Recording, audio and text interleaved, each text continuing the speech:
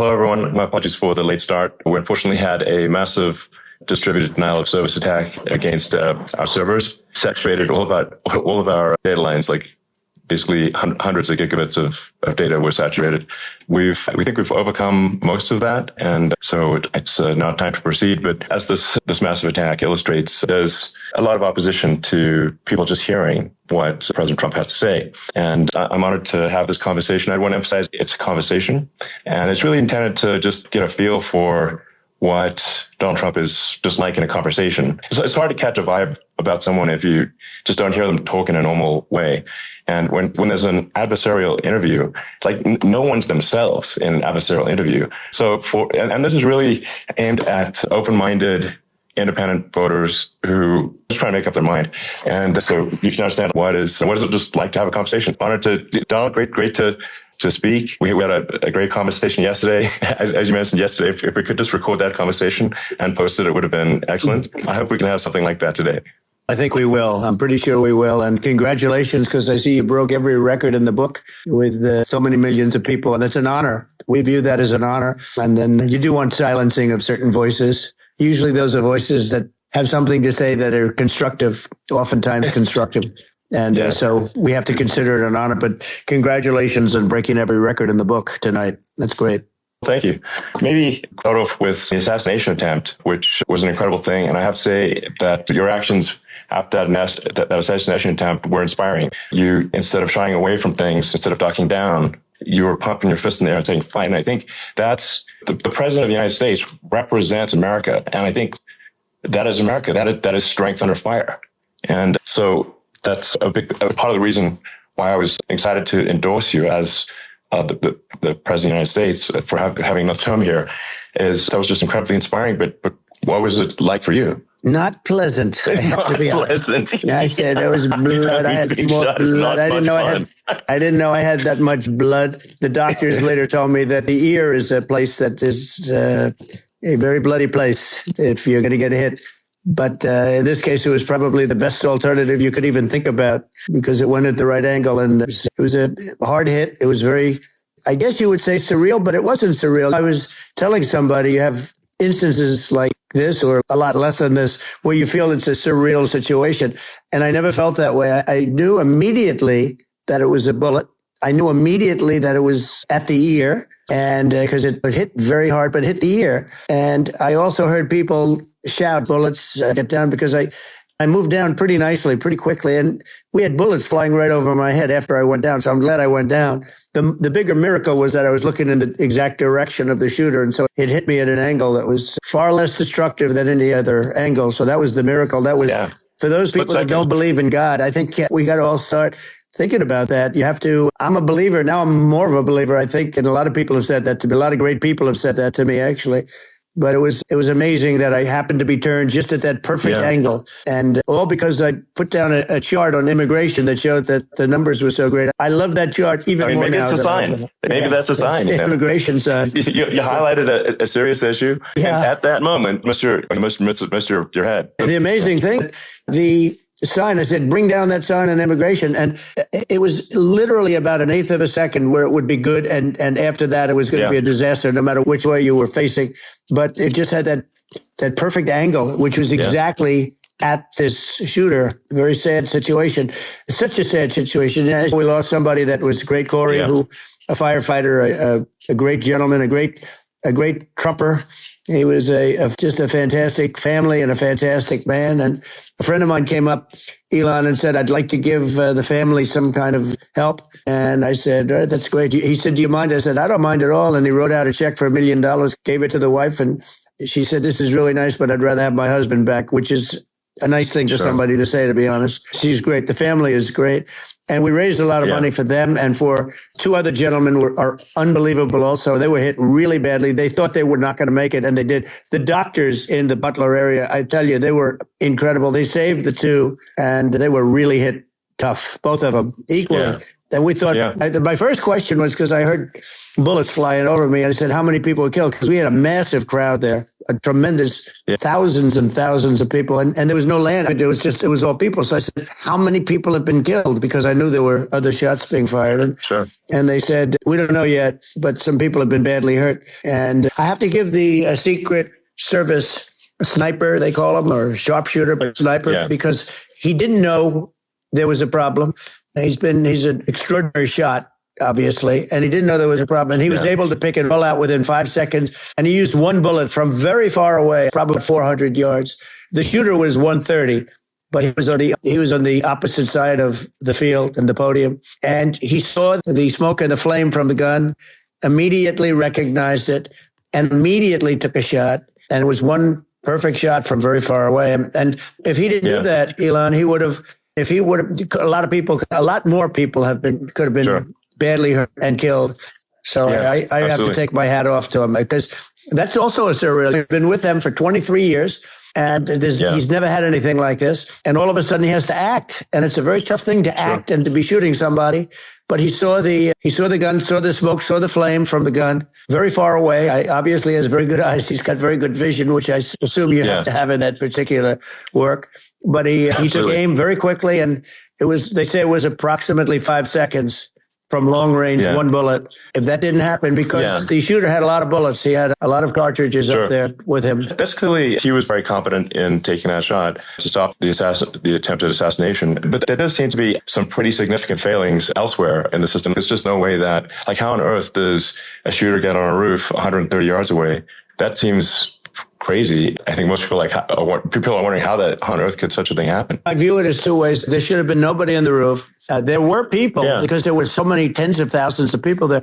There were people that were seeing him, and there was one woman with a red shirt and Trump all over it, and she's screaming, "That guy's got a gun!" You saw it probably. I'm just, for my part, I think probably many members of the public are wondering how the heck are basically people wondering by pointing out there's a guy on the roof with a gun, and they're seeing it, but somehow it's not being addressed. That does seem crazy. They're going to learn from this. The communication between the local police, who had an idea, and then ultimately a man lifted himself up to the roof, could barely do it because he was pulling himself up, and he saw the man with the gun. The man with the gun pointed the gun at him.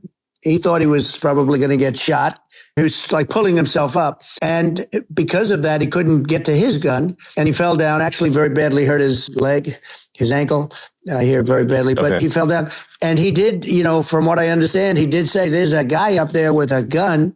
The shooting started very quickly after that. I think it forced the shooter to go maybe quicker. He was supposed to be my sons, Don and Eric, they can't believe what happened. They said from 130 yards, a bad shot would hit that target almost every time. They said it's like in golf, sinking a 2-foot putt. Yeah, it's not a tough shot. It's not a long shot. The Secret Service person had the long shot. He had a triple the distance, actually. It was a terrible thing. Look, it's hard. I have to say this about the Secret Service. When I went down, and I went down based on, I think they're screaming, but other people also, because people saw this happen. You had so many people. One of the miracles was that nobody ran. If a gun goes off, the crowd control people showed us this. When guns go off, and it does happen in stadiums at a soccer match or some kind of a match, everybody flees. They call it a stampede, like cattle. But everybody, and a lot of people get killed with those stampedes. We had more people than you'd have at some of these matches or these games, and nobody left. We had a small group behind us in the grandstand, and that was full. And you look at it as it was taking place, and normally they'd be running. They didn't leave. They saw that I was hurt. They saw a lot of blood, and they saw that I went down. And it's almost like they wanted to be with me. Out front, you had thousands, tens of thousands of people. As far as the eye could see, you had people in Butler, as far as the eye could see. And a lot of press, too. There were many cameras on watching this. It's what makes it so different, because normally things happen that aren't good, but you never have a picture. Here we have these cameras shooting it. Amazing. But one of the interesting things was that you didn't have anybody flee. You didn't have anybody stampede. Nobody. And there were some people behind me. They stood up and they're looking like, I tell you, you want to have them in a foxhole with you. I want to meet some of those people because it's so different from what you heard. But so I was down. But the Secret Service guys, there were bullets flying right over my head. You could hear them go whizzing. And these guys came jumping on top of me, and a young lady, Kate, would jump. They moved so fast. And let me tell you, that took tremendous courage. Now, there was a lack of coordination. There was obviously everybody understands that that building should have been covered. Looking at the aerial views, that building would be like the number one spot for a sniper. It's like if you were to pick, what is the favorite? If the goal is to assassinate, what's your favorite spot? That building. That building would be number one. That would have been the spot. It's like you can ask for a better location. It's that would have been the spot. What people think is when the local policeman, who by the way, he did what he was supposed to do. He couldn't hold on any longer, and then when he got his head just peeking above. This guy standing there with a gun at his head. And when he fell down, again, hurt his ankle very badly, but he was making the calls. But what happened is the firing is very soon. So what they think is that this guy ran to his site, which he had all planned out with a gun. He ran to the site and he started shooting fast. And maybe that's why he missed. He got me, but it could have been a much bigger problem. But he totally would have hit if you hadn't turned your head. It was a very near thing. It was a miracle. If I hadn't turned my head, I would not be talking to you right now. As much as I like you, exactly, I would not. I would not be talking to you. You'd be talking to me from another realm, perhaps. Yeah, that's right. We'd be talking from a different place. But it was a very terrible experience. The Butler Hospital, they did such a great job. The doctors were so good. Everybody was so good. There was a mistake. If somebody knew, because people were hearing, there was just a bad feeling that somebody was around that story announcement. And if somebody could have said, because they've oftentimes said like there'd be a lightning storm or something, because I've done, I think over 300. I think I did a lot more than that, but we did a lot. And oftentimes they'll say, sir, could you wait 10 minutes, please? Sir, could you wait 20 minutes? There's a storm overhead or lightning or something. And that happens often. And this would have been a perfect time for that to have happened, but it didn't get coordinated. That was the problem.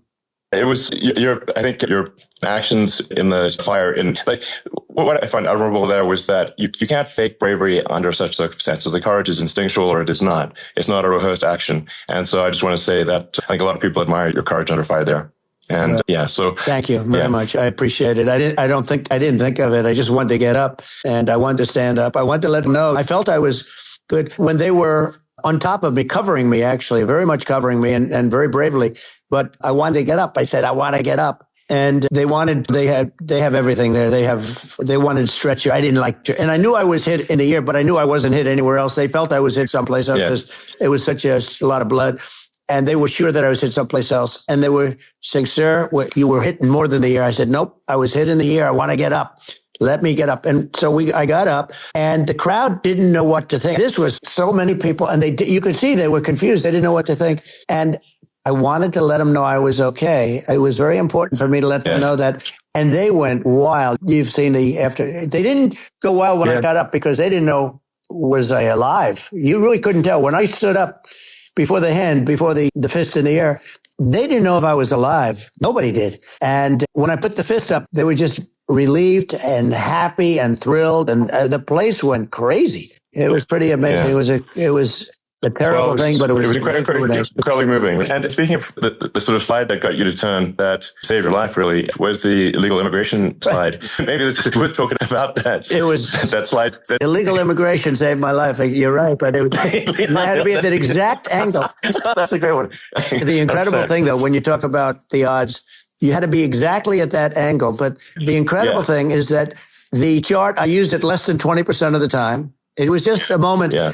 It's always on my left, never my right. And it's always at the end of the speech.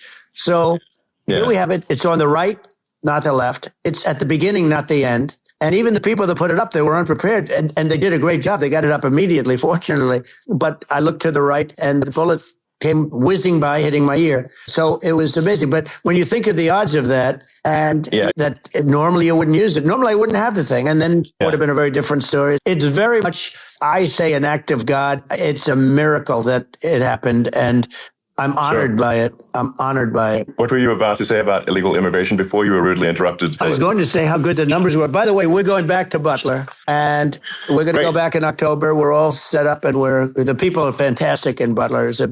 It's a great area. Great. These are incredible people. Like the three that, in the case of Corey killed, and the other two, the families I got to know them a little bit, and the families are great. But we're going back to Butler, and I think I'll probably start by saying, as I was saying, being so horribly interrupted. So really interrupted by an assassination. No, but the chart. Some people have no manners. Ellon, the chart was just a chart that in my last week we had the best illegal immigration numbers, meaning stopping. It was at the lowest. You've seen the chart. It's become quite a famous chart. But that was the lowest point ever recorded. It was I was very proud of those numbers. And then you see what happened with these people, Kamala and Joe. You see what happened. They just let it go. I had remain in Mexico policies. I had all these different policies that was so good. Guys like Tom Holman and Brandon Judd from Border Patrol. These are all people that they've been on television. They say it's the best numbers we've ever had. We had so many different checks. Catch and release in Mexico, not the United. We had catch and release in the United States. We had it in Mexico. We had so many things. We had things where many people come in there, they have contagious diseases. We had everything passed. If you have a contagious disease, I'm sorry, but we cannot allow you into the country. So we were setting literally, and all I was doing is showing that, and I use it sometimes. Sure. And in this case, I'm glad I used it. I can tell you that. But they were fantastic numbers. But I'm going to sleep with that chart always. I'll be sleeping with that chart. That chart was very important for a lot of reasons. Well, would it be accurate to say that you're supportive of legal immigration, but that we obviously need to shut down illegal immigration, and especially unvetted illegal immigration, because and that's not the same as saying that everyone who is an illegal immigrant is bad. In fact, I think most people who are illegal immigrants are actually good, but you can't tell the difference unless there's a solid vetting of who comes across the border. Does that actually represent your position? I say it very simply. They have to come in legally. They have to be checked because, look, Kamala was the border czar. Now she's denying it. Everything that I do, she's saying she was strong on the border. We're going to be strong. She doesn't have to say it. She could close it up right now. They could do things right now. It's horrible. No tax on tips. And all of a sudden she's making a speech and saying there will be no tax on tips. I said that months ago. And by the way, they had just the opposite. They had not only tax on tips, but they hired 88,000 IRS agents, and many of them were assigned to go get waitresses and caddies and all of this on tips. They have a policy. They had a policy that they were really going to go after you and were really harassing people horribly. And then all of a sudden, for politics, she comes out with what I said, which I think is terrible. And I think it's also hitting them very hard. These people are fake. Now they're also saying they did a good job in the border. We had the worst numbers in the history of the world, not of our country. There's never been a country in history that has had a catastrophe like this. We've had, I believe, you believe this too, you hear 12 million, 13, I believe it's over 20 million people came into our country, many coming from jails, from prisons, from mental institutions, or a bigger version of that is insane asylums, and many are terrorists. And I'll tell you what, they're coming not just from South America, they're coming from Africa, they're coming from all over the world, they're coming from Asia, they're coming from the Middle East, they're coming from countries that are stupidly and horribly bombing Israel October 7th. They're coming from all over the world. And you look at, it's so sad, October 7th, because it should have never happened. Yeah. It's so sad when you look at Ukraine. It should have never happened. We have a defective government. These are defective people, and they're not that should be running it. But where you see it the best is the border, because you have millions of people coming in a month, and then she gets up and she tries to pretend like she's going to do something. She had 3.5 years. And by the way, they have another 5 months that they can do something, but they won't do anything. It's all, she's incompetent and he's incompetent. And frankly, I think that she's more incompetent than he is. And that's saying something, because he's not too good. Yeah. No, I think it is essential to have a secure border. You're really not a country unless you have a secure border. And secure elections. Yeah, absolutely. Secure elections. And so it's just essential to have a real border, or we can't function as a country. And our central services are being overwhelmed in a lot of cities. But as we were talking about earlier, I think having a legal immigration process that is smooth and efficient and done well. And I'm speaking as someone who is a legal immigrant.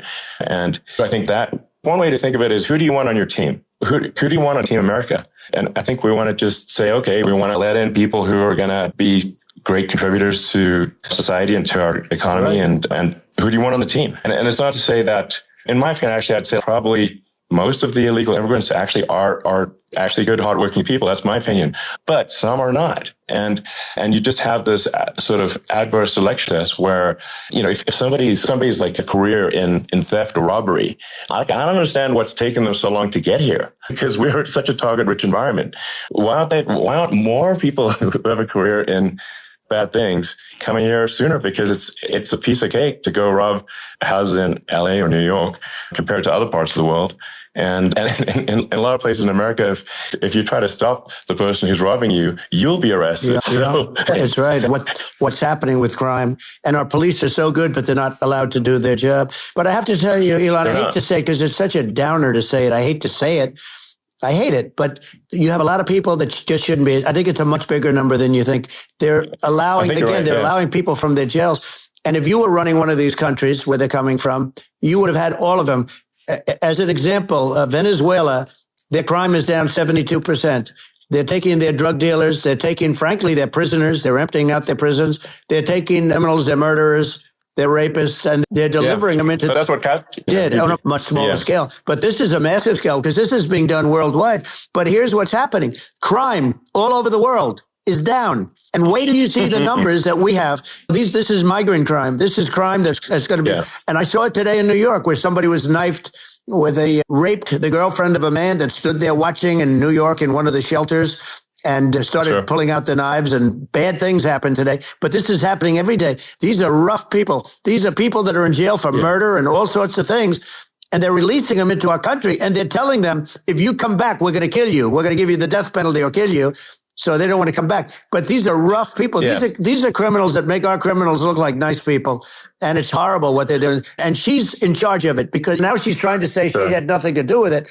And she's such a liar because she was called the border czar the first day and it was on the headlines of every newspaper. She's the border czar. She never even went there. She went to one location which had nothing to do with where the problem is. She went in and out because she was getting a lot of pressure, but had nothing to do with the problem is. But she was the border czar, and people can't allow them to get away with their disinformation campaign. Now she's trying to say that she wasn't really involved, and the whole thing is horrible. She was totally in charge. She could have shut the border down without him. He didn't know what he was doing anyways. He wouldn't have even known what happened. You could shut the border down. He wouldn't even know the difference. The fact is that she was border czar, but if you don't have to call her that. The fact is you could just call her. She was in charge of the border. And the border was the worst ever. It's simply not work. Whether it's a question of intention or competence, we don't have a secure border, and we have people streaming over like it looks like a World War Z zombie apocalypse at times. And sometimes you got to wonder, is it real or not? So because you see things, you're like, is it real? So I went to the border at Eagle Pass, and I saw for myself in Texas, and I was like, okay, it's real. I'm like seeing this in real time. I actually posted the video like this live. I just flew there one day and just to see, hey, is this made up or real? And I'm just seeing people stream across the border. And I have to say, these people that I saw did not look friendly. These people can look at my video and say, hey, these people look friendly. I don't look super friendly. So these are people that Ellon would not be the same man. He had to walk across the street and look these people in the eye. These are rough people. These are really rough people coming across. And I know rough people. And these are people that we don't want in our country. And the cat running one of these countries where they're coming from, you would have had all of them. As an example, Venezuela, their crime is down 72%. You would have had all of them. As an example, Venezuela, their crime is down 72%.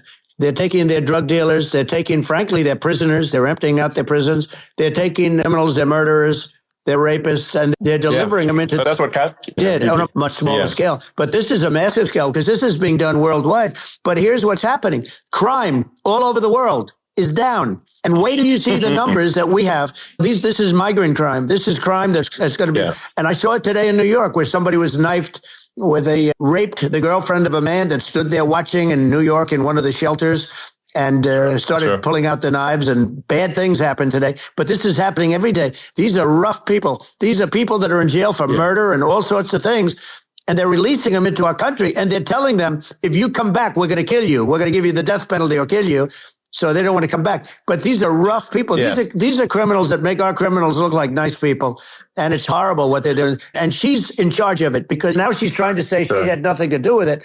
And she's such a liar because she was called the border czar the first day and it was on the headlines of every newspaper. She's the border czar. She never even went there. She went to one location which had nothing to do with where the problem is. She went in and out, I guess, because she was getting a lot of pressure. Had nothing to do with the problem. But she was the border czar, and people can't allow them to get away with their disinformation campaign. Now she's trying to say that she wasn't really involved, and the whole thing is horrible. She was totally in charge. She could have shut the border down without him. He didn't know what he was doing anyways. He wouldn't have even known what happened. You could shut the border down. He wouldn't even know the difference. The fact is that she was border czar, but if you don't have to call her that. The fact is you could just call her. She was in charge of the border. And the border was the worst ever. It's simply not working. No. Whether it's a question of intention or competence, we don't have a secure border, and we have people streaming over like it looks like a World War Z zombie apocalypse at times. And sometimes you got to wonder, like, is it real or not? So because you see things, and you're like, is it real? So I went to the border at Eagle Pass, and I saw for myself in Texas, and I was like, okay, it's real. I'm like seeing this in real time. I actually posted the video like just live. I just flew there one day and just to see, hey, is this made up or real? And I'm just seeing people stream across the border. And I have to say, at least the people that I saw did not look friendly. These are people can look at my video and say, hey, these people look friendly. I don't look super friendly. So these are people that Ellon would not be the same man. He had to walk across the street and look these people in the eye. These are rough people. These are really rough people coming across. And I know rough people. And these are people that we don't want in our country.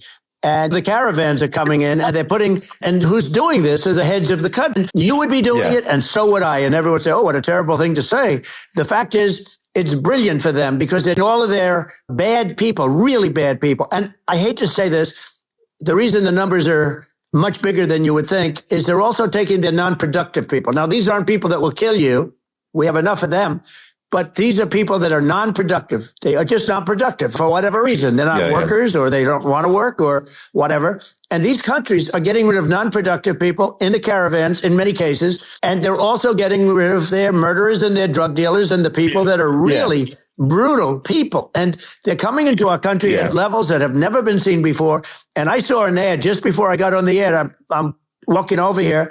And I saw an ad by Kamala saying how she is going to provide security. Where has she been for 3.5 years? For 3.5 years, we have 20 million people. I think this, frankly, I think this is a fundamental existential issue for the United States.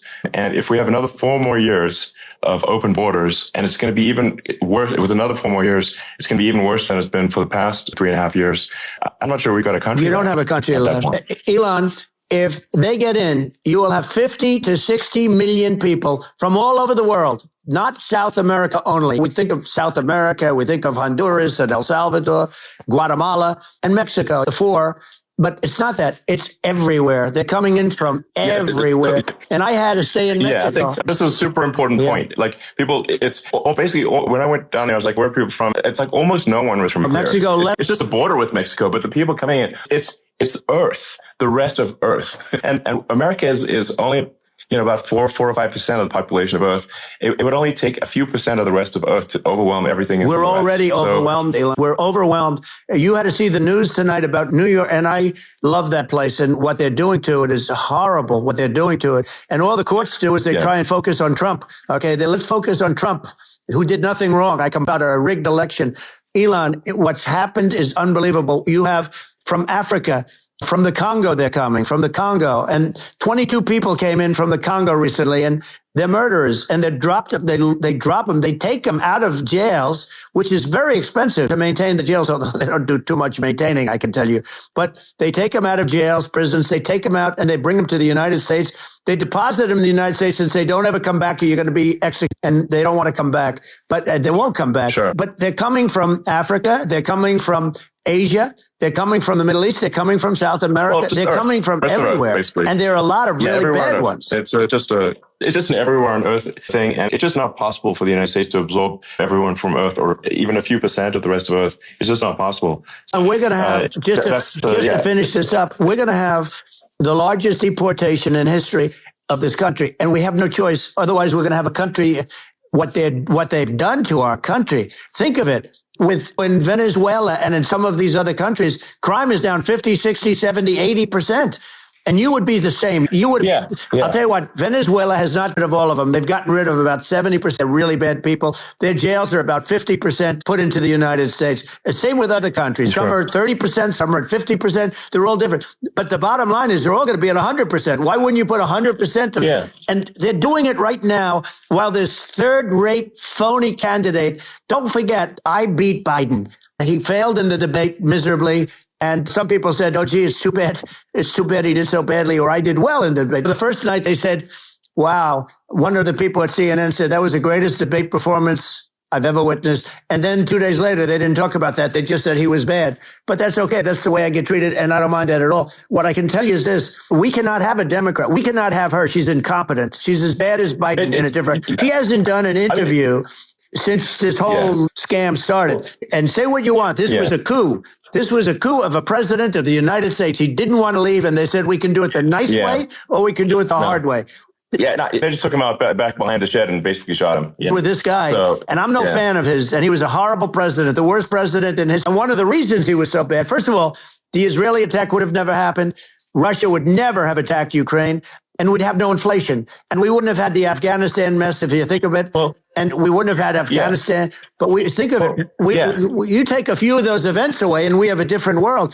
We would also have inflation was caused by oil. Yeah, no, I think you're making an excellent point here, which is that when other countries that are thinking about invading or doing bad things, when they're thinking about that, they're thinking about, okay, what's the American president going to do? And do they fear the American president, or is there someone they do not respect and do not fear?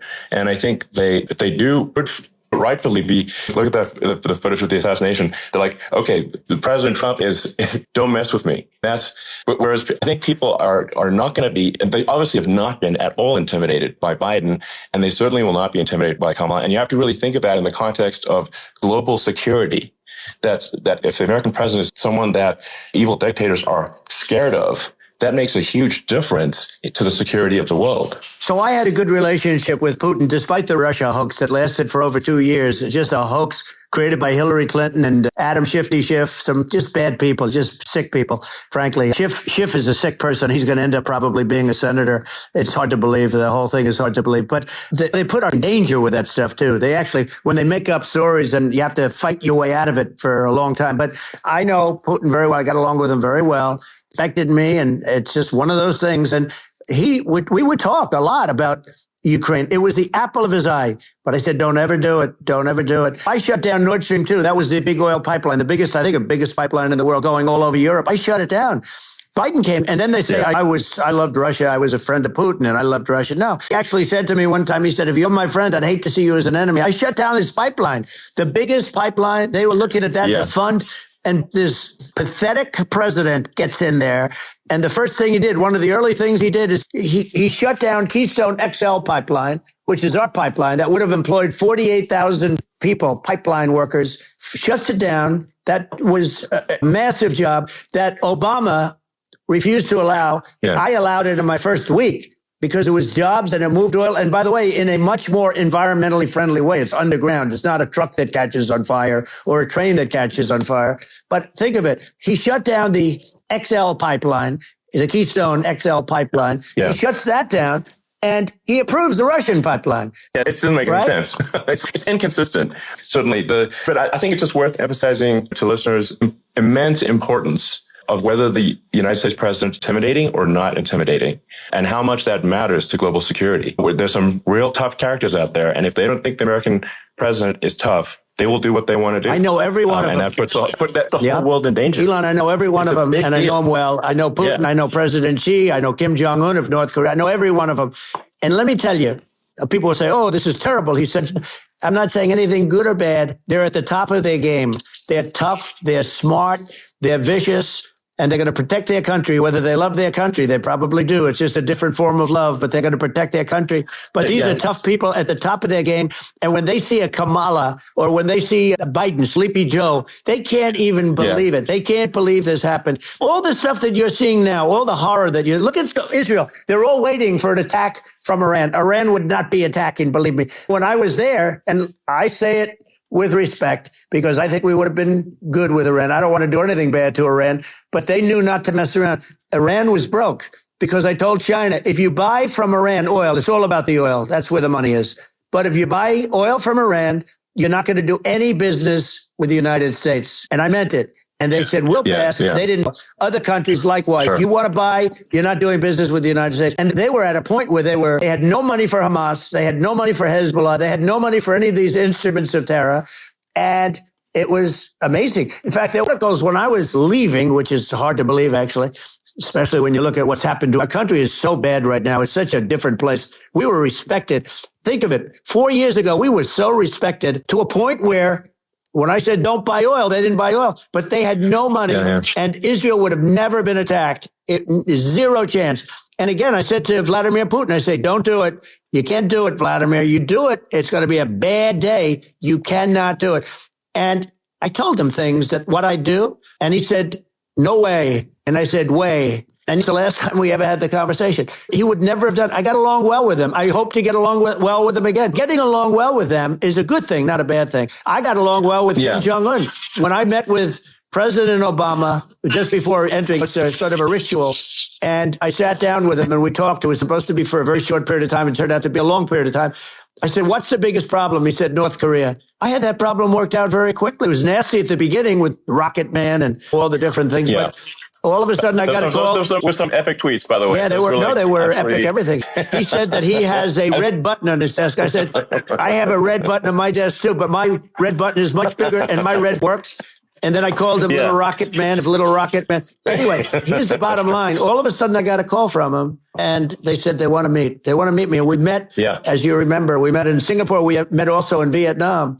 And I got along with him great. We were in no danger. But President Obama thought we were going to end up in a war. A nuclear war with him. And let me tell you, he's got a lot of nuclear stuff, too. Exactly. He's got plenty of nuclear. He can do plenty of damage. It's because people like Kim Jong-un, they respond to strength, not weakness. Well, he and I had a good relationship. Remember I met him and we walked onto his land. Nobody ever walked onto his land before. I walked there. I wouldn't say, let's bring up Secret Service again. I wouldn't say they were thrilled when I did that. I walked onto his land. And it was an amazing period, but we were not into it with him because of me. I always say that we have enemies on the outside and we have enemies on the inside. We have some really bad people in our government and people that are and controlling of the people. I'd mention names, but I really don't want to give them the credit. But we have some really bad, and I say they're more dangerous than Russia and China.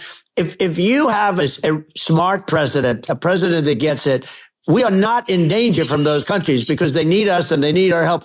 We forced Obama, if you think about it, Obama and Biden and Bush to a certain extent, in all fairness, forced Russia and China together. And if you're a history, first thing you learn is you cannot let Russia and China align. But then they also got, if you take a look, Iran and they have North Korea. They call it the axis of evil. In the old days, you had the axis of evil. Here we have the axis of evil. These are powerful countries, very heavy nuclear, which is the biggest threat. Yeah. The biggest threat is not global warming, where the ocean's going to rise 1/10 of an inch over the next 400 years. And you'll have more oceanfront property, right?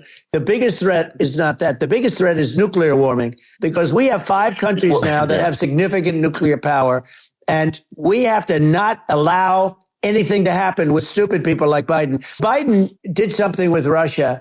There was no chance of him ever going in. And when I left, and then after I left, they started forming big armies on the border with Ukraine. And I looked at that and I thought he was doing that because Putin's a good negotiator. I thought he was doing that to negotiate. But then Biden started saying such stupid things. For instance, he said that it can be a NATO country. Now, Russia, for as long as there's been NATO, has said, we're never going to agree to that. And we go right up front and say that. And we did things and said things through this president with a low IQ, very low IQ. He had a low IQ 30 years ago, by the way, but now he might not even have a IQ at all. There's nothing on the board that goes this low. He said things that were so stupid. That war had zero chance of happening if I were there. Zero chance. He was saying everything the opposite. And it's so sad because many more people have been in Ukraine than you read about. You don't read about how bloody it is and how disaster. Sure. Hey, look, just in the 2 armies, you lost 500,000 people. And you're just having a hard time. Ukraine, I don't know if you saw the article recently, and it's true. You don't hear the true story. But if you think about it, Russia defeated Germany with us. And they defeated Napoleon. They've been around a long time. They're a big fighting force. Yeah, it's very unfair. And Ukraine now doesn't have enough men. They're now using young men and very old men to fight. And we're in a very bad position. And I'm not going to blame exclusively, but I can tell you I could have stopped that. And a smart president could have stopped that. It wouldn't have happened.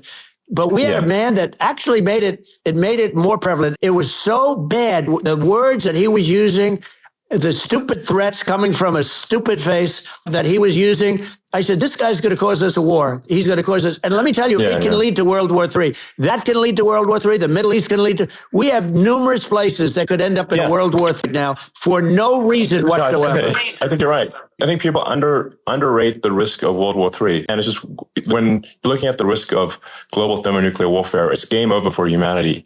And it's something that people have, I think, after the end of the people have become complacent about, but they actually have forgotten that there are currently a lot of nuclear missiles that have targeting parameters for the United States. And one of the things we're going to do is we're going to dome over us. Israel has it. We're going to have the best Iron Dome in the world. We need it, and we're going to make it all in the United States. But we're going to have protection, because it just takes one maniac to start something. We're going to have protection, and we're going to have. Why shouldn't we have an Iron Dome? Israel has one. Some other places have one that nobody even knows about, frankly. But Israel has it. We're going to have an Iron Dome. With all of that being said, to me, that's so important, the most important. But with all of that being said, the election's coming up, and the people want to hear about the economy. And the fact they can't buy groceries because they don't have enough money to buy groceries. The inflation has killed them. Food prices are up 50, 60, even 100% in some cases. And this stupid administration allowed this to happen. And it's a shame. And that's the thing that people most care about, in my opinion. They care about the border a lot. And we discussed the border at great length. It's nice to have a forum like this where I can discuss something. And by the way, you think Biden could do this interview? Do you think that Kamala could do this interview? They would take a pass. No. So they don't need Ellon. They don't need Ellon screaming out questions. It's pretty sad when you think that somebody that does this for a living can't answer a question or is afraid to do an interview. And in her case, with a very friendly interview, she's got all friendly interviewers. It's pretty sad. Absolutely. But the big thing now is the economy, Ellon. And as much as I view nuclear as the single most important thing, but a lot of people don't understand that. But it doesn't have to. If I understand it, that's all you need. Because if I was president, you're not going to have that kind of a problem. But the thing that they really is making them angry is what Kamala and Biden have allowed to happen to the economy. It's a disaster with inflation. The inflation, it doesn't matter what you make. The inflation is eating you alive. If you're a worker or if you're just a middle income person, you can't afford. 4 years ago, 5 years ago, people were saving a lot of money. Today, they're using all their money and borrowing money just to live. It's a horrible thing that's happening. And we'll end that quick. A lot of people just don't understand where inflation comes from. Inflation comes from government overspending because the checks never bounce when it's written by the government. So if the government spends far more than it brings in, that increases the money supply. And if the money supply increases faster than the rate of goods and services, that's inflation.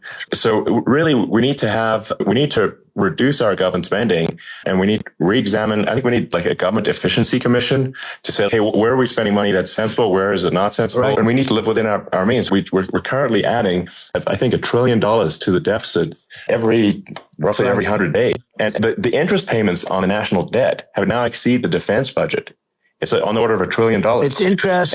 And it keeps growing. I rebuilt our military, largely rebuilt our military, did a great job on it, which was so important. We had jets, we had fighters and bombers that were 70 years old. We did a great job in that. Then we gave $85 billion of it back to Afghanistan, if you can believe it. We gave them $85 billion. They're one of the largest sellers of military equipment in the world. They're selling what we gave them. That was one of the most embarrassing days in the history of our country.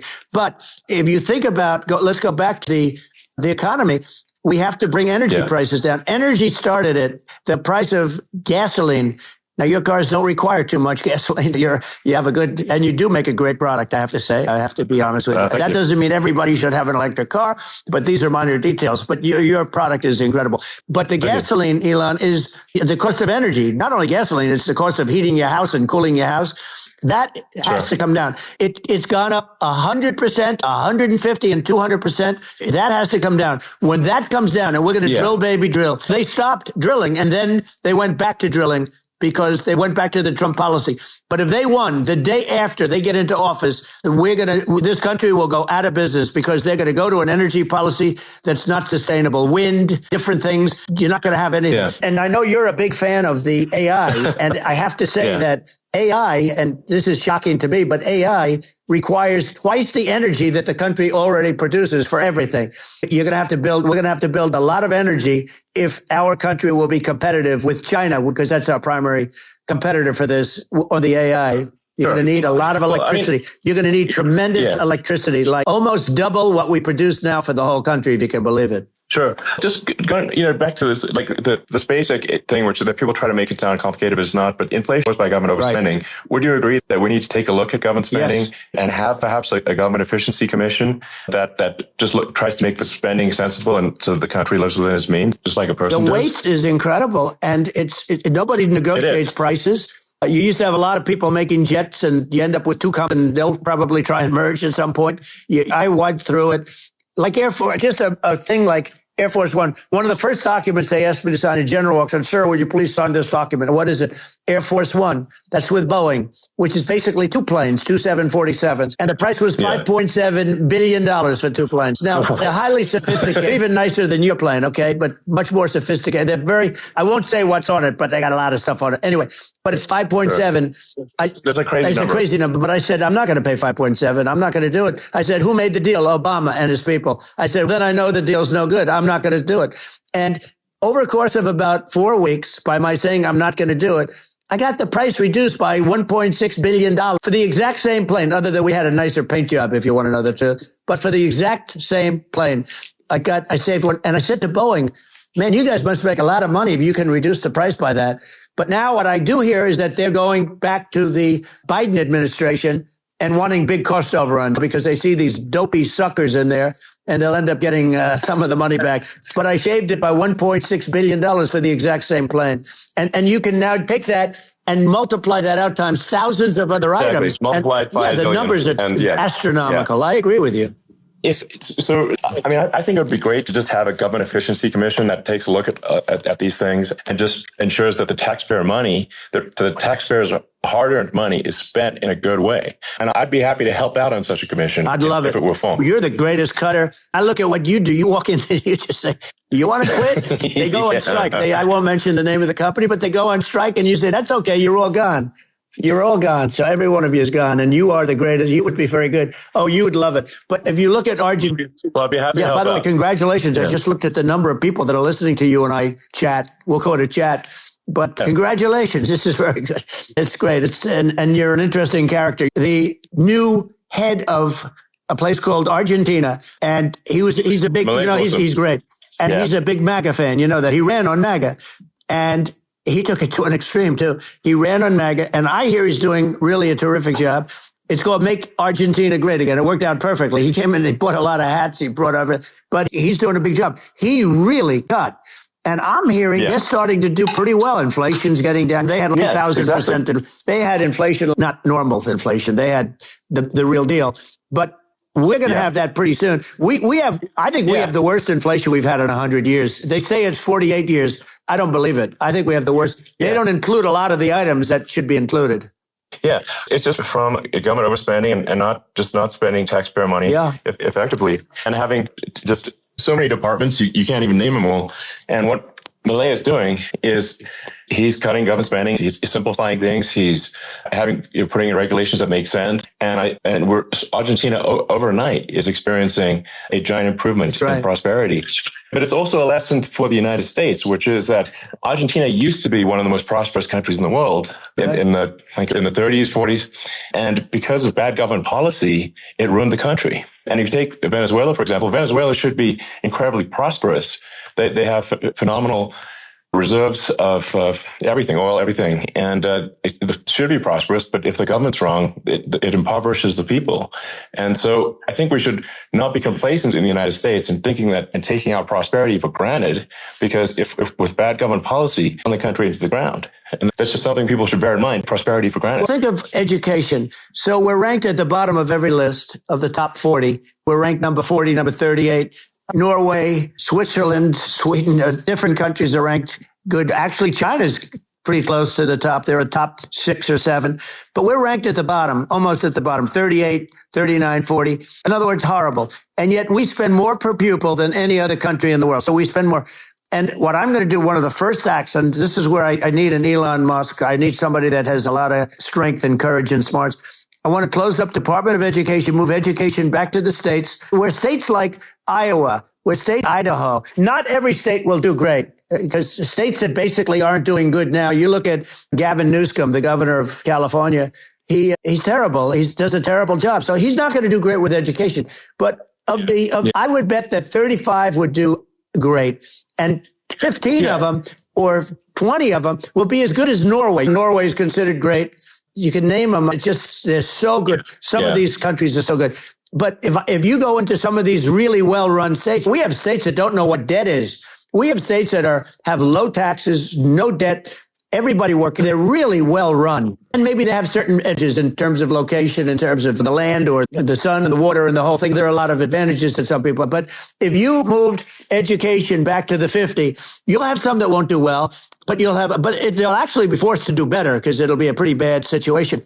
But if you think about it, you'll have some of these states. I'll bet you'd have 30, 35 states. It'll be much better. And you know what it'll cost? Less than half what it is in Washington. These people don't care about the students in these faraway states. And it'd be unbelievable. Yeah. I think you're making a good point in that the states have to, if each state has to compete against other states, then people will naturally move to states where it's better. California, as we said, it's a badly run state. I could go through, I got so many friends that are in those states, even if they're Democrats. I hate to mention certain states, but Illinois is badly run with Pritzker. He's a real loser. Some of these places just badly run. It's almost going to force them to run better. They won't do it good initially, but you're not going to do worse than you're doing right now. And I would say that the cost, you would cut your cost by 50 or 60%. And you'd have a little monitor. You want to make sure they're teaching English as an example. Give us a little English, right? Sure. No, but some of these governors are doing so badly. They got so many people moving out of their state. They should get U-Haul salesmen because they're driving so much U-Haul. People moving out. Isn't it amazing to you as a businessman that they can even survive? Like Illinois, so many people are leaving, and you wonder, how do they survive? How do they survive? I saw where you left California and you moved to Texas. Texas does a great job. I just wonder, how do these states survive when big businesses, a big oil company just left California and they moved to Texas? How do these big states survive when they lose so many businesses and their taxes are already really high? The taxes are among the highest taxes. You almost wonder, how do they continue on? And in many cases, the governors don't do a good job in their crime-ridden places. You wonder, how do they continue to just go on? It's not a good situation. I think the only thing that's going to force some of these states to change is if they risk bankruptcy and they're not getting bailed out by the federal government. That's the only thing that's going to get them changed. You remember the area in California where they had that, where I guess somebody had sticky fingers and they stole a lot of money, and they went into a foyer, and it was very nasty for a period of time. But now it's probably the most popular place in all of California. At some point, something like that may have to happen. But the problem is that you can't penalize people that loan money to the state when you have incompetent people like a Pritzker. Look, the family didn't want him in the family business, and then he ends up being governor of Illinois. Why is he going to be a great governor? And you have people, I could name every one of them. I got to know every one of these, and some are just horrible. I think that the larger point here, too, as you're saying, a lot of people are concerned about the economy. A lot of people are concerned about inflation. And inflation is effectively a tax on people that save money. And for people that are working day to day, it's just a form of taxation. And if we can solve the government spending problem, we'll solve the inflation problem, which means people will have a better standard of living. And that's a really big deal. Well, the people that got hurt worst are the people that did it the way they were taught to do it all through their younger life and their young life and their whole life.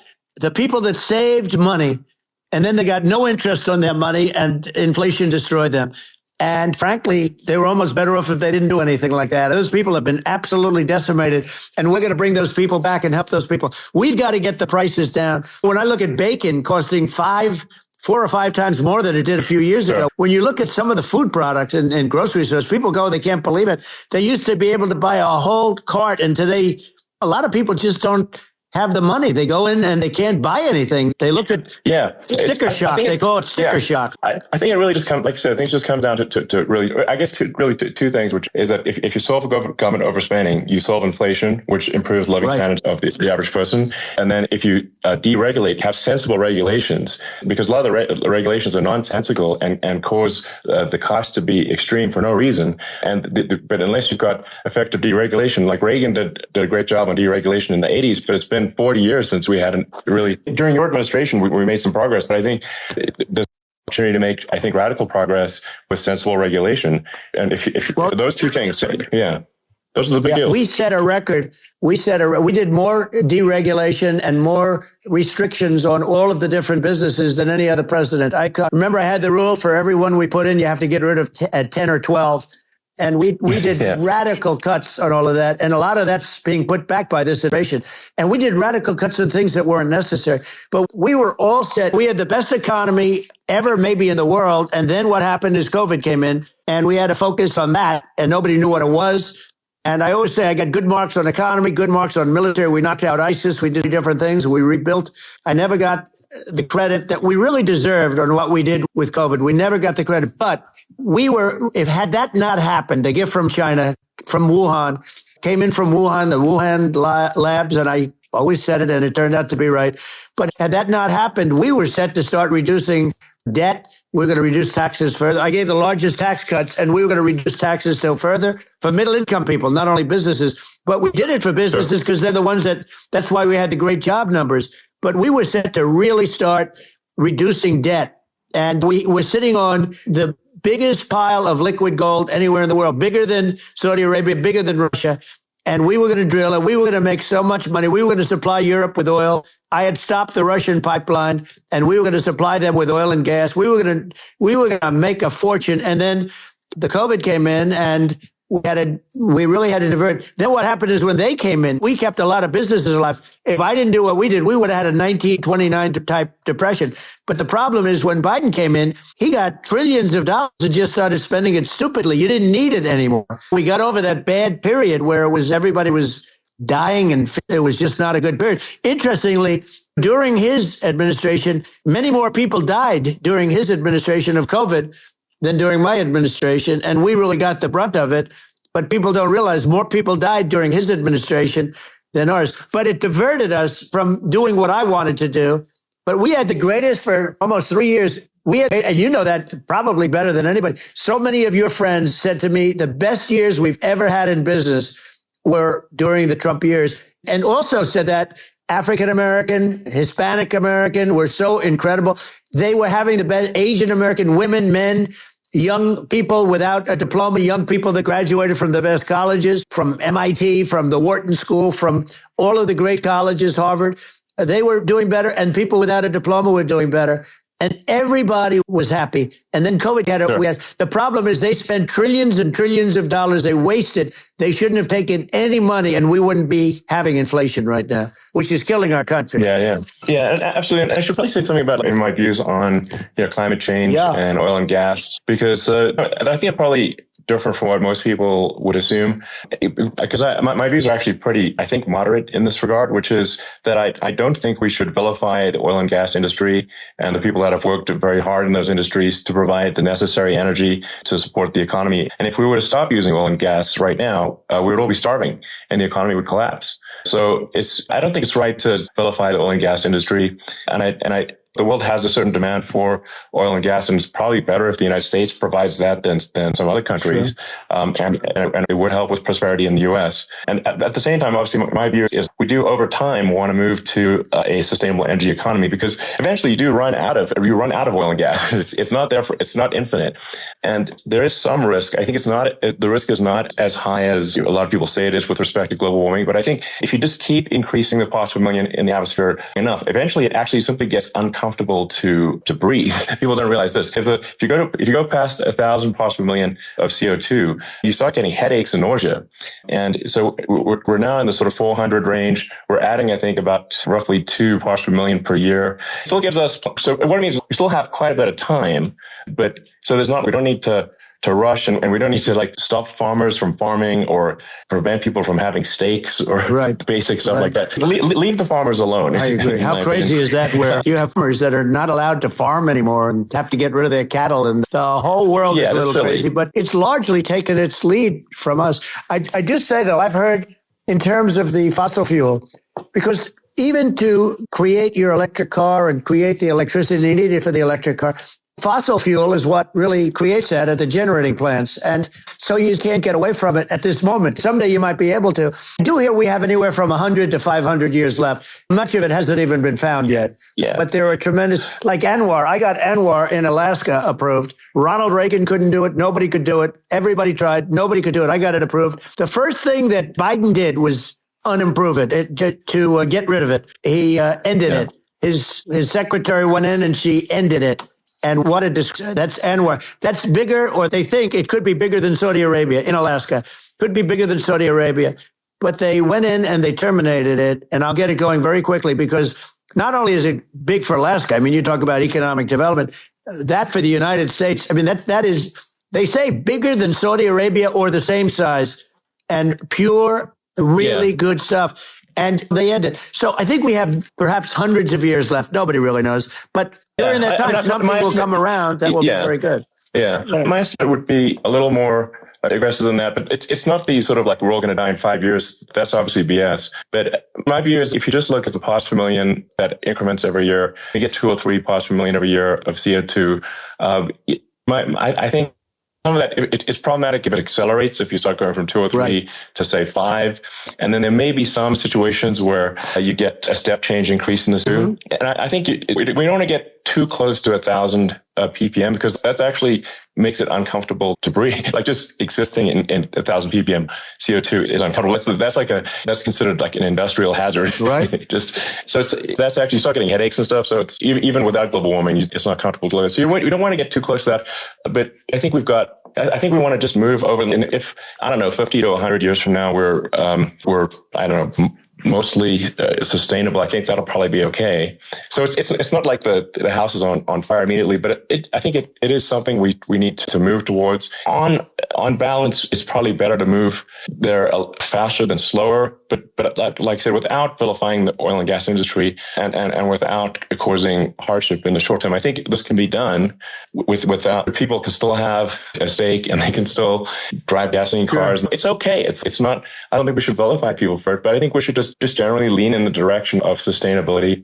And I actually think solar is going to be a majority of Earth's energy generation in the future. And it's certainly trending that way. And so you get the solar power, combine that with batteries, because obviously the sun doesn't shine at night. And then you use that to charge the electric cars, and you have a long-term sustainable solution. And that's what Tesla is trying to move things towards. And I think we've made a lot of progress in that regard. But when you look at our cars, we don't believe that environmentalism, that caring about the environment should mean that you have to suffer. So we make sure that our cars are beautiful, that they drive well, that they're fast, they're sexy, they're cool. In fact, literally, the sexy joke, Model S, Model 3, Model X, and Y spells out sexy. It's probably the most expensive joke out there. But I don't know, I like cheesy humor. But I'm a big fan of, let's have an inspiring future, and let's work towards a better future. And we do so without demonizing. I'm okay. It's very interesting. You use the word global warming, and today they use the word climate change, because you have some places that go up, and so they were getting themselves a little with the word global warming, because not every place is warming. Some places are going the opposite direction. But I'm waiting for you to come up with solar panels on the roofs of your cars and on the trunks of the cars. And it just seems like something that at some point you will come up with. I'm sure you'll be the first. But it would seem that a solar panel on the roof, on flat surfaces, on certain surfaces might be good, at least in certain areas of the country where you have the world, where you have the sun. But I would think, and I have no idea because that's not my world, but I would think that this would be something that would be interesting. The one thing that I don't understand is that people talk about global warming or they talk about climate change, but they never talk about nuclear warming. And to me, that's an immediate problem.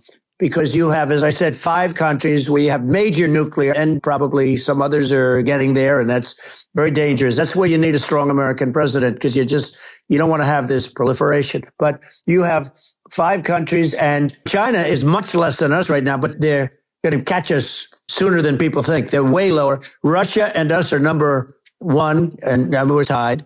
And China is far behind, but they're developing at a level that you're not surprised to hear, very fast. They'll end up catching up, maybe even surpassing. But to me, the biggest problem is not climate change. It's not, and everything's, a problem, but it's degrees. To me, the big problem is the nuclear power. The power of nuclear is so great. And when I talk about I'll prevent World War III, I will. But the truth is that you have to, because this is no longer army tanks going back and forth and shooting at each other. This is a level of destruction and power that nobody's ever seen before. Yeah, and actually, there's the bad side of nuclear war, very bad side. But there's also, I think, nuclear electricity generation is underrated. You're right. And it's actually, people have this fear of nuclear electricity generation, but it's actually one of the safest forms of electricity generation. It's just a huge misunderstanding. And if you look at the injuries and deaths caused by, say, I'm not going to pick on coal mining, but just any kind of mining operation, and there's a certain number of injuries and deaths per year. And you compare that to nuclear, is actually way better. So it's underrated as an electricity source, and I think think it's something that's worth reconsidering. But there's so much regulation that people can't get it done. So that maybe they'll have to change the name. It's a rough name. There are some areas like when you see what happened, we'll have to rebrand it. We'll have to give it a good name. We'll name it after you or something. No, it has a branding problem. When you see what happened, it does have a branding problem. When you see what happened in Japan, where they say you won't be able to go on the land for about 3,000 years. Did you ever see that? And in Russia, where they had the problem, where there's a lot of bad things happened, and they have a problem. And they say that in 2,000 years, people will start to occupy the land again. You realize it's pretty bad. No, that's not true. But you're right about it. It's actually not that bad. So, like, after Fukushima happened in Japan, people were asking California, are we worried about the nuclear cloud coming from Japan? I'm like, no, that's crazy. It's not even dangerous in Fukushima. I actually flew there and ate locally grown vegetables on TV to prove it. And I donated a solar powered system for a water treatment plant. And yeah, but you haven't been feeling so well lately, and I'm worried about it. No, but it's fine. It's Hiroshima and Nagasaki were bombed, but now they're like full cities again. So it's really not something that, so it's not as scary as people think, basically. But let's see, there's some other topics we should touch on. Lawfare, I think we need to be concerned about. What they've done to this country. Obviously. Yeah. We just won the big case in Florida. This was a Biden administration did something that's never been done in this country, and that's go after their political opponent, me, with this nonsense and just nonsense. And the big case in Florida we won, but they always pick a judge and a jury, and they use the local DAs, they use the local attorney generals, like Fani, spelled F-A-N-I, Fani, and it's all a big hoax, and it's all run from there. Like in Manhattan, one of the top people from the Justice Department went in and ran Manhattan, ran the state. The Letitia James deal was run by a person from the Department of Justice, Biden. They've never done this before, and they set up a very bad precedent. It's called lawfare. It's a terrible thing and never happened in our country. It does happen in banana republics and third world countries, but it's never happened. And the incredible thing is it actually drove my numbers up because people see, fortunately, I have a platform like you, or in all fairness, like a conversation like this, where I can talk about it and people understand. You fight for election integrity and you end up getting indicted because you're fighting for election integrity. And when the day comes and you can't fight for election integrity, you don't have a country anymore.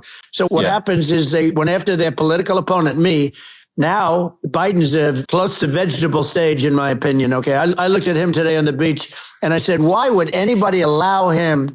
The guy could barely walk. Why would anybody allow him? Do you have a political advisor that thinks this looks good? He thinks this looks good because it looks so bad and it's ridiculous. And he's been doing that for a long time. He can't lift the chair. The chair weighs about 3 ounces. It's for children and old people to lift. And he can't lift it. The whole thing is crazy. Well, he's clearly, we just don't have a president. You don't have a president. And she's going to be worse than him because she is a San Francisco liberal who destroyed San Francisco. And then as Attorney General, she destroyed California. You talk about location, and we're talking about the sun and the water and all. There's nothing better than California. She has destroyed that. She was the original DA. She was the original in San Francisco. She was the original general in California. What she has done to California is, you know better than I do. You just left California for a lot of those reasons. And what she's done with crime, with cashless bail, where you kill somebody. We have states there you kill somebody and they let you out right away. You don't have to even put up, and then they never find the people unless they kill again, and then they let them out again. Our country is becoming a very dangerous place. And she is a radical left San Francisco liberal.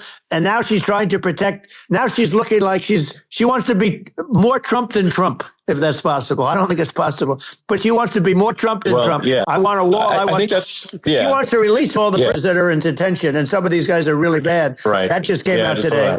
She doesn't want to build the wall, even though the walls work. Walls and wheels. In your business, everything you do is obsolete, almost, well, not the tunnels, but everything is obsolete. Even your rocket ships, they're like a month later, they're obsolete. You find a better way to. The only thing that's not obsolete is a wall and a wheel.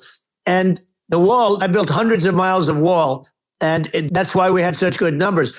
I was going to add 200 miles. We bought it. We could have flipped it up in 3 weeks, and they sold it for 5 cents on the dollar. That meant, I said, wow, that means that they actually do want to have open borders. She wants to have open borders, and now she's going like she's tough on the border. It's such a lie. Yeah, this is simply not true. This is simply not true. And everybody knows it's a disgrace that she can say it. No, obviously, what's happening overnight is they're rewriting history and making Kamala sound like a moderate when in fact she is far left, like far left. Worse than Bernie Sanders. She is considered more liberal by far than Bernie Sanders. She's a radical left lunatic. And if she's going to be our president, very quickly, you're not going to have a country anymore. And she'll go back to all of the things that she believes in. She believes in defunding the police. She believes in no fracking, zero. Now, all of a sudden, she's saying, no, I really want to see fracking. If they got in, the day she got in, she'll end fracking. And by the way, if people didn't think that, the lunatics that really believe in that, they won't vote for her. The Palestinians and Israel. She is so anti-Israel, and she's bad. She actually did something that was impossible. Both sides hate him. Both sides. That was a hard thing to do. Unification. Yeah, no, Netanyahu came to give a talk to a joint Senate and House sitting, and I was there, and Kamala stood him up. What does that say? I think it's highly disrespectful. Say, if you're a Jewish person or if you believe in Israel, if you're a person that was very pro-Israel, if you vote for her, it's worse than Biden, and Biden was bad. But if you vote for her, you ought to have your head examined. And tonight, as we're doing this, I'm seeing reports coming that they expect an attack tonight or tomorrow from hundreds and maybe thousands of rockets. Their Iron Dome, as they call it, as we all call it, but their shield that they build, that can be swamped. We'll use the term that's appropriate, swamped. But they swamp it by shooting enough missiles. You know this better than anybody. By shooting enough missiles, they can't defend themselves. They just obliterate the whole place. And that's what some people think they're looking to do. And we have no leadership. There's no respect for the United States of America with these people. And I'm telling you, she'll be worse than him because she's a believer in being radical left, and he wasn't. I think you're right. It's important for the public that may be listening to this to look at Kamala's track record before the last month and say, is that a track record you agree with? And I think if you're an independent moderate, you definitely would not agree with it because her behavior has been far left. And we're seeing just an overnight propaganda attempt to rewrite history and make it sound like Kamala's moderate when she in fact is not moderate. Her running mate approved, signed into legislation, tampons in boys' bathrooms. Okay. Now, that's all I have to hear. Tampons in boys' bathrooms. And that means she believes in that, too. This guy, because he was the closest to her. A lot of people thought she'd pick sort of the opposite, but she picked an anti-Israel, radical left person. But she is far worse, they say, than Bernie Sanders. If we have her as a president, if we have a Democrat at this moment as the president, I don't think our country can survive. I think it's a massive. I think we're in massive trouble, frankly, with the Kamala administration, and that's my honest opinion. And I think really it's essential that you win for the good of the country for this election, and I'm just stating my opinion. Now, you may have seen this, but I got a letter from the EU Commission saying to not have disinformation on during this discussion that we're having, and there's a lot of attempts to do censorship and to force censorship even on Americans from other countries. And what do you think about that? I know the European Union very well. They take great advantage of the United States in trade. We, through a different form, NATO, we protect them. And yet, if you build a car in the United States, you can't sell it in Europe. You just can't sell it. It's impossible. The same thing with our farmers find it very difficult to do business. We have a deficit with them of $250 billion, which people don't know. It sounds so nice, the European Union, but let me tell you, they're not as tough as China, but they're bad. And I let them know it. And that's probably why they notified you. No, they don't treat our country. We defend them with Ukraine. So we're in for $250 billion, and they're in for about $71 billion, and they have the same size. If you add up the European nations in terms of an economy, it's about the same size when you say as us. And they're in, and they're in much greater risk. They're right there. We have an ocean separating us from, in this case, the enemy would be Russia. It used to be for the Soviet Union, but let's assume they're close enough. What happens is they're in for 70-something million, I think even less than that, billion, and we're in for about 250 billion, and it could be a lot higher than that. And I say, why aren't you going to equalize? Why aren't they paying what we're paying? And they're in much more there. It's much more important for them because of the fact that they're right near there. They're all in that location. We're not, but they should. And I did it with NATO. There were only 7 countries that were paid up in NATO out of 28 at the time. And it was the United States subsidizing NATO, tremendously subsidizing NATO. And I said, I went in and I said, you got to pay up. If you don't pay up, I'm going to defend you any longer. I took a lot of heat. What happened? Billions and billions of dollars came flowing in. And I think a lot of the public isn't aware of the fact that the United States pays a disproportionate share of the NATO expenses. And then we get taken advantage of on trade. So think of it. The point of NATO is defending Europe. And it's okay, why is the United States paying disproportionately more to defend Europe than Europe? That doesn't make sense. That's unfair. And that is an appropriate thing to address. When you talk about cost cutting and savings and everything else, honestly, look, there's nobody that feels worse about the Ukraine situation than I do, because I know it would have never happened. I know Zelensky. He was very honorable to me, because when they went with the Russia hoax and they said I had a phone call with him, he said it was a perfect phone call. It was a great phone call. He could have grandstanded and said, oh, he was very threatening. He said, no, it was a very nice phone call. I called him up to congratulate him on his win, and you end up getting impeached because these people are lunatics. I was talking about the difference from the people within and the enemies on the outside. In many cases, the people from within are more dangerous for our country than the Russians and the Chinas. If you have a smart president, you're not going to have a problem with them. You're going to do things. Yeah. Now, they've taken advantage of us incredibly, but you're going to do things with the right person. Yeah, I think it's obvious that you're a believer and an advocate of free speech, because during your first time as president, you were attacked relentlessly every day, often very unfairly with false attacks. And you didn't try to shut down the media. You didn't try to inhibit their freedom of speech. And I think that says a lot. The good thing is that you and I have, and some people, very few, we can get the word out. Although sometimes it's hard because they don't want to print it. Like we're having a great conversation right now. Kamala wouldn't have this conversation. She can't because she's not smart.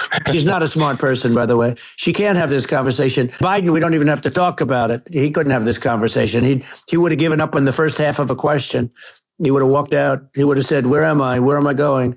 So anyway, but no, he wouldn't have this. That's true. Not a lot of people would have this conversation. We cover a lot of territory, but the beauty is that we can have a conversation, and I'm able to get it out without, because I get treated unfairly. This is a really big point. You can ask a conversation with you, and you can't have a conversation with Biden or Kamala. It's like it's not possible. So it's like talking to an NPC. No. So it's just impossible. Well, but think of it. We need a man or a person who's unbelievably sharp in order to stop all the nuclear danger and all the dangers that I'm talking about.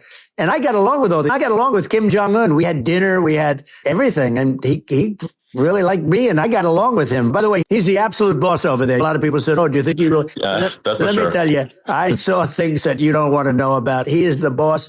But we had a good relationship. And he doesn't he considers him a stupid man, he said. He's a stupid man. At least he speaks his mind. In this country, you're not allowed to say it, but I guess you are. You should be allowed to say it if it's true. But we need smart people, and we need people that have an ability to lead. And she doesn't have that ability. Can you imagine the chairman? She, very well. Can you imagine her and him negotiating or standing together? It is, the whole concept is ridiculous. She is terrible. She's terrible. But she's getting a free ride. I saw a picture of her on Time Magazine today. She looks like the most beautiful actress ever to live. It was a drawing. And actually, she looked very much like a great first lady, Melania. She didn't look like Camilla. That's right. But of course, she's a beautiful woman. So we'll leave it at that. Yeah. Maybe I think it's part of what people in America want to feel excited and inspired about the future. They want to feel like the future is going to be better than the past. And that America is going to do things that are greater than we've done in the past. Reach heights that make you proud to be an American and excited about the future.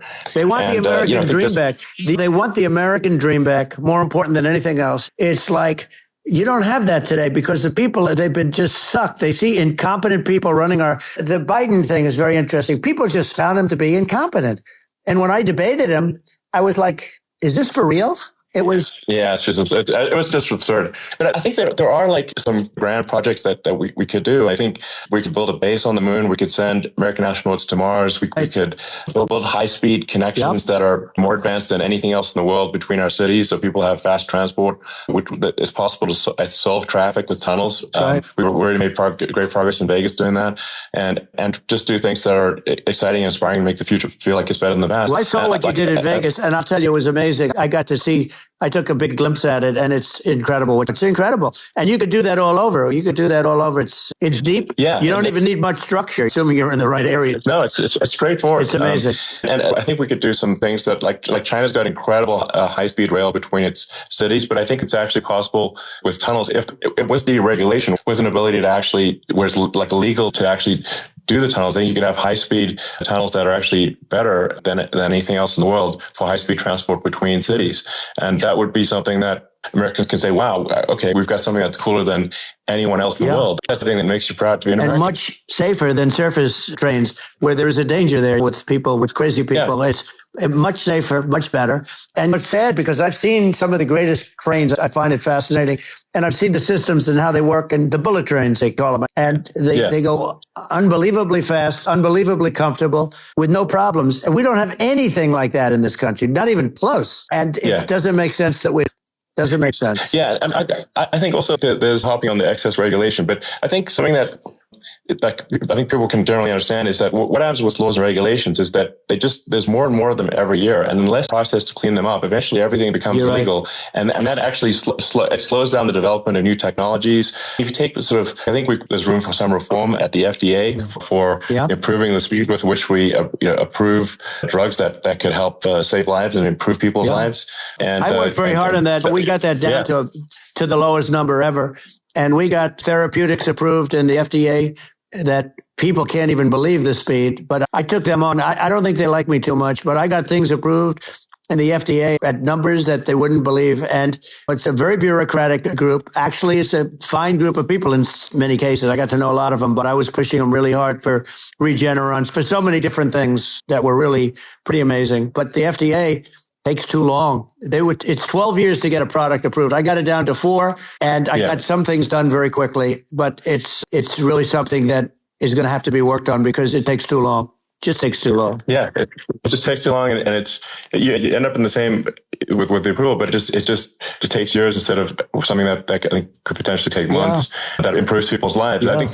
But I just want to sort of hop on this point that there has to be an active process for reducing rules and regulations, because otherwise they just keep building up every year and you get like hardening of the arteries, and eventually everything's illegal or takes forever. And then we just ossify as a society. We can't make any progress. And it's a really big deal. Well, Ellon, just getting back to the FDA for 1 second, I got something done called Right to Try. This is where you can go in, and if you're terminally ill, you can use a space-age medicine or whatever it may be. We have the best doctors, the best labs in the world. We really do. But people would go to other countries because you couldn't use the product, even if they thought it worked, because it's going through the FDA. I got it approved where you can, you basically, look, nobody wanted, the doctors didn't want it because of the liability. The country didn't want it, our country, because they didn't want to get sued. These are people terminally ill. The insurance companies didn't want it, and the pharmaceutical companies, nobody wanted it.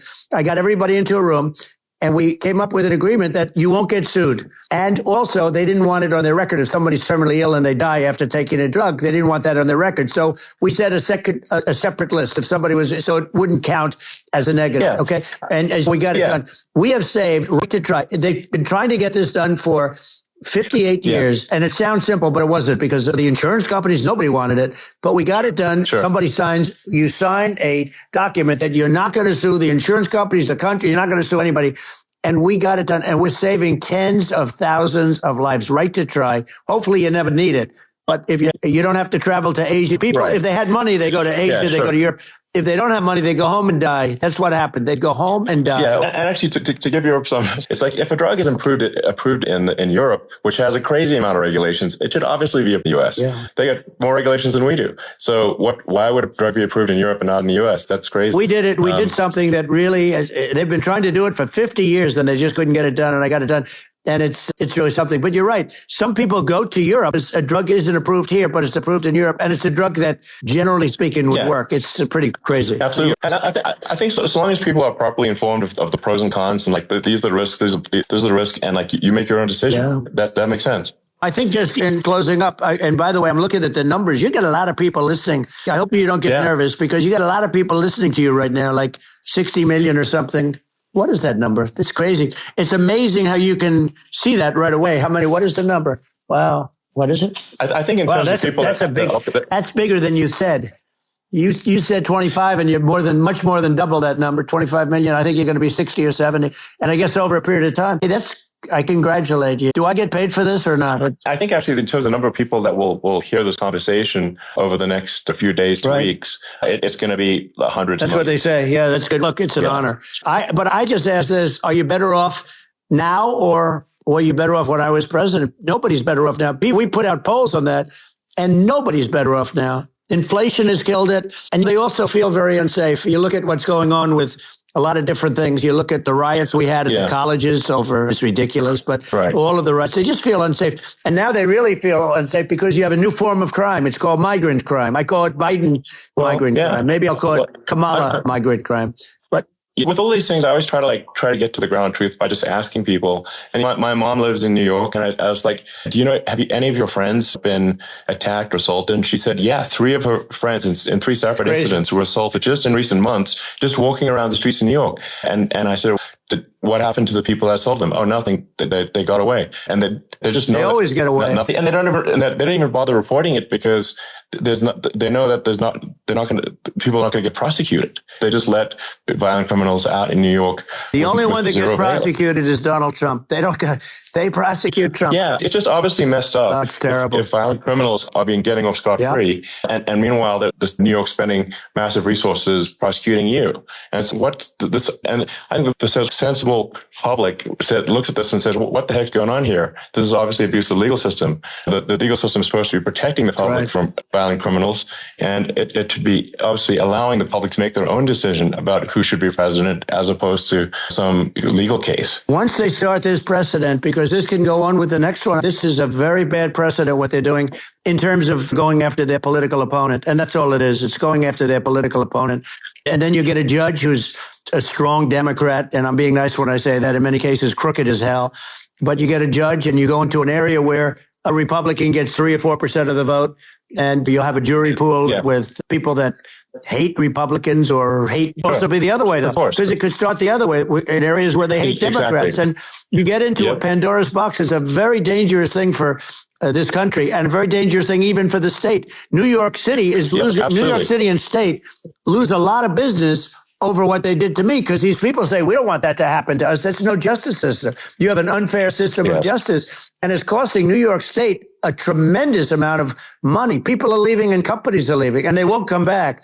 All of that stuff is important, but the economy now is the big thing, and we can turn that economy up so fast, and people are going to be you we're going to get rid of inflation. I think there's a lot of opportunity. Right. Absolutely. And I just want I want to congratulate you. You've done an amazing job. You have definitely got a fertile mind. We can talk, you and I can talk about rockets, tunnels. We can talk about tunnels and rockets and electric cars, so many things. And now you're into the AI, and that's going to be another beauty, I'll say. So it's an amazing thing you've done, Ellon. It's an amazing thing, and I congratulate you. Thank you. And I just say here's to an exciting, inspiring future that people can look forward to and be optimistic and excited about what happens next. And that's the kind of future that I think you'll bring as president, and that's why I endorse you. I appreciate that. That endorsement meant a lot to me. Not all endorsements mean that much, to be honest. Your endorsement meant a lot. And we have a phrase, make America great again. It's pretty simple, but it really says that we want to make America great again. And we can do it. We can do it now.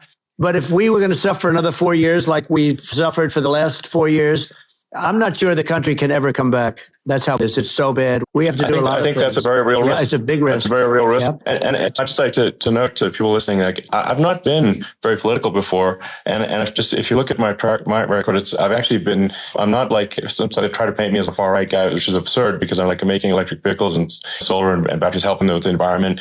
And I supported Obama. I stood in line for 6 hours to shake Obama's hand when he was running for president. And so it's not like I'm like some sort of dyed in the wool long-term Republican. I call myself historically a moderate Democrat, but now I feel like we're really at a critical juncture for the country. And I think a lot of people thought the Biden administration would be a moderate administration, but it's not. And obviously, we were just going to an even further left administration with Kamala. That's my honest opinion. Her dad is she was brought up her dad is a Marxist economist. You can Google it. We're not making this up. That's how she was brought up. And we want to have a future that is prosperous. And I think we're just at this critical juncture. And I think this is a case of America is going to at a fork in the road, and it's true. And I think it will take the path to, like, you are the path to prosperity, and I think Kamala is the opposite.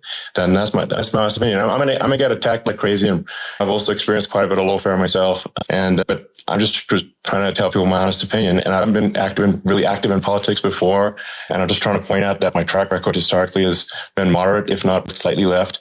And so this is to people out there who are in the moderate camp to say, I think you should support Donald Trump for president. And I think it's actually a very important junction in the road, and we're in deep trouble if it goes the other way. I want to thank you. And I actually always did think of you as somewhat left. I must say that. So even more of an honor to have your endorsement. I know how strong you feel about it. But when you think of her, San Francisco, 15 years ago, I had a great friend, Bob Tish. He said it's the greatest city in America. And now it's almost not livable there. And California likewise. And she was involved in the destruction of San Francisco and the destruction of California.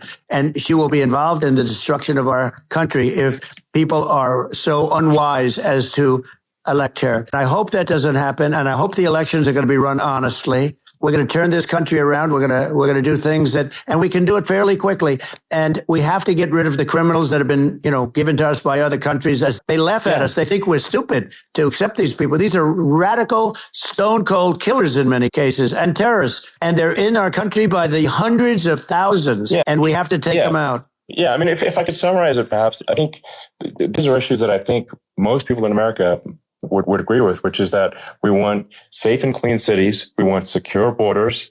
We want sensible government spending. We want to restore both the perception and reality of respect in the judicial system, to stop the lawfare. And I think that's like, how are those even right-wing positions? I think that's just common sense. And would you agree with that? 100%. I don't understand they call it progressive. They don't like the word liberal anymore, but call it liberal or progressive. I don't understand how somebody could say that it's okay for them to empty prisons into our country.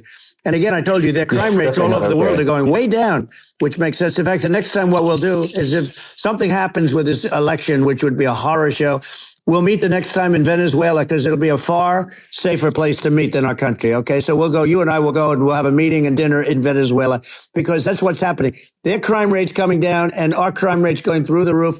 And it's so simple. And you haven't seen anything yet because these people have come into our country and they're just getting acclimated. And they don't know about being politically correct law enforcement or lack of law enforcement.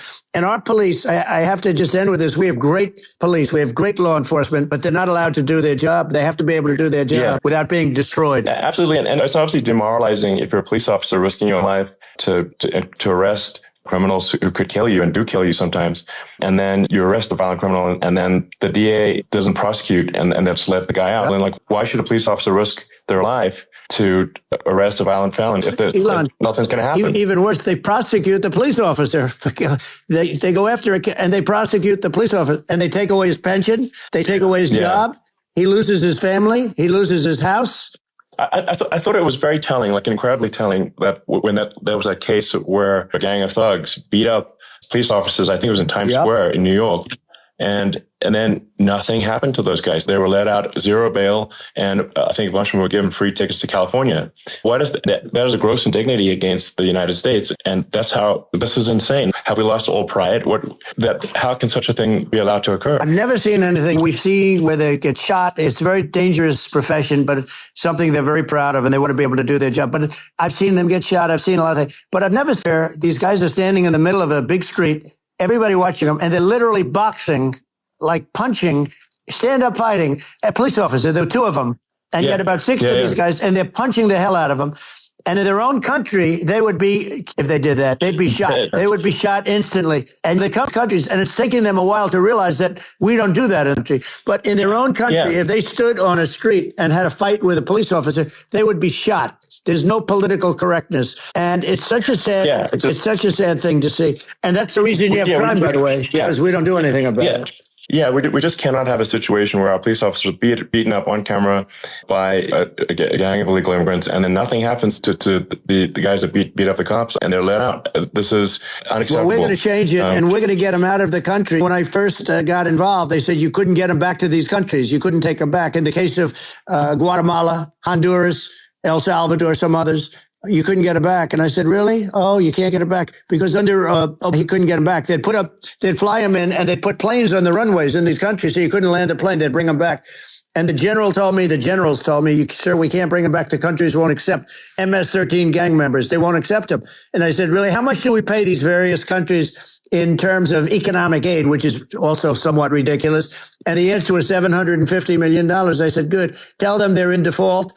They're delinquent. We're not paying them anymore because they won't accept it. And you know what happened? They all called me, every one of them. They said, We would be honored to take them back, sir. We would be honored. It was so easy. But it's one of those things. And we got them back. We took in so many. MS-13 is probably the worst gangs in the world. They're the most vicious, violent. We took them out of here by the thousands and got them out of here. And their countries took them back. And because I said, you're not getting any more economic aid. And once I said that, they were nice. They wouldn't take them back for Obama. They wouldn't take them back for anybody. And now we have a problem because we have this guy, and they don't take him back anymore with Biden because they don't respect him. It's got to be done. We just can't have, whether they're citizens or not citizens, we can't have, because they won't prosecute citizens either. It's not just illegals. You can't have repeat violent offenders that don't get incarcerated. That's right. Because they will obviously, by definition, continue to people. And I think where part of this comes from is that I do consider myself liberal in some ways. It's just that you want to have empathy for people. Obviously, you want to have empathy for people. I totally agree with that. You want to have empathy, but you also have to have empathy for the victims of the criminals. And if you just have empathy for the criminals, it's actually shallow empathy. It's not real. You're not thinking. You're one layer deep empathy. You got to say, if you don't incarcerate this person, going to hurt, whether they might kill someone, they might rape someone. If you don't incarcerate them, you have to have empathy for the victims. And there's a lack of empathy for the victims of the criminals and too much empathy for the criminals. It doesn't make sense. That's why you want to have deep empathy for society as a whole, not shallow empathy for criminals. Right. And we have to give our police officers the dignity and the respect that they deserve. And we have to let them do their job. They can do a great job, but we have to let them do their job. And if we don't do that, it's going to all disappear. There's never been a society like this where you're allowed to do anything you want and nothing happens. And I'm talking about violent crime. And it's going to get violent because these are really violent people. And we're going to get them out of our country and we're going to get them back to because they were sent here by the presidents and by the various people that run those countries. And I know every one of those guys. And they're smart people and they're streetwise people. And they really think that the USA is stupid. They think we're run by stupid people, and they happen to be right. But when I was there, we had no problem. We got them out. We took out thousands of MS-13 gang members. We brought them back. And now, again, it's the same old story. We don't do it. And they actually gave them a big increase. They raised it up to billions of dollars and nothing for it. I hope everybody's going to vote for Trump, and we're going to get this country straight. Yeah. And I didn't need this. I didn't need this. I had a very nice life. I didn't need to go through court systems and go through all the other stuff and run at the same time. I have to run. I have to go through fake trials with, in some cases, corrupt judges, totally corrupt judges. I didn't need it. I had a nice life. I have great locations. I have beautiful oceans that I have places. But I felt it was important. And if I had to do it over again, you probably think I'm crazy for doing it, actually. But if I had to do it over again, I would have done it over again because this is so much more important than me or my life. We're going to save this country. This country is going down.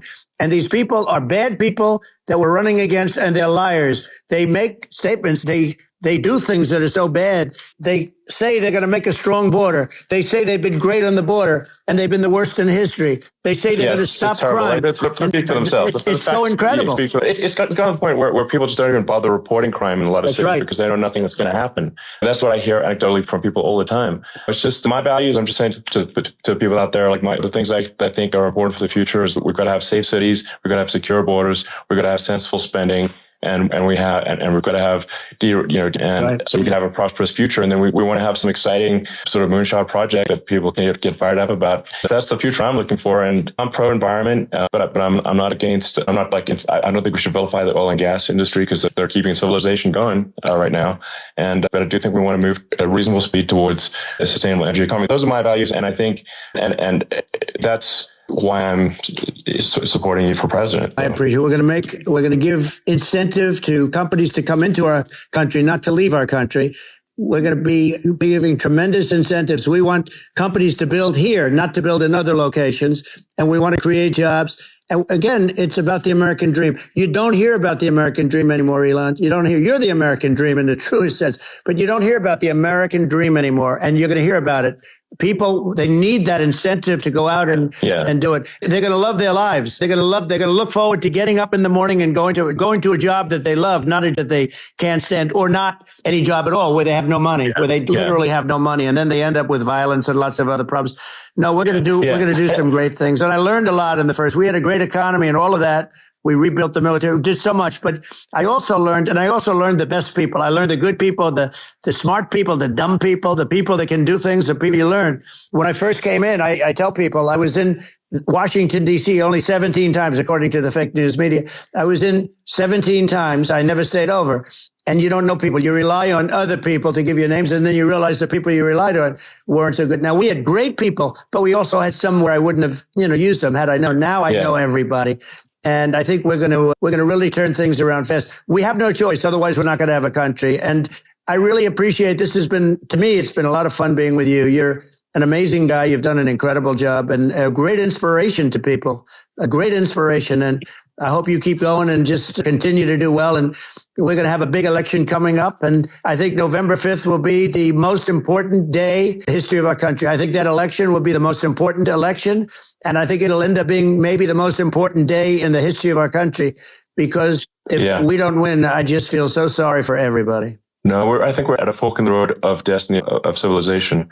And I think we need to take the right path. And I think you're the right path. So I think that's what it comes down to. Thank you very much, Ellon. It's a great honor. And we'll do it again sometime. And it's been really fun. And I hope you got a lot of viewers. I hear you got a lot, but I hope you got I know you got a lot of them. I appreciate it. I'll see you soon. All right. Sounds good. Thank you. Thank you, Ellon. Thank you very much. Bye.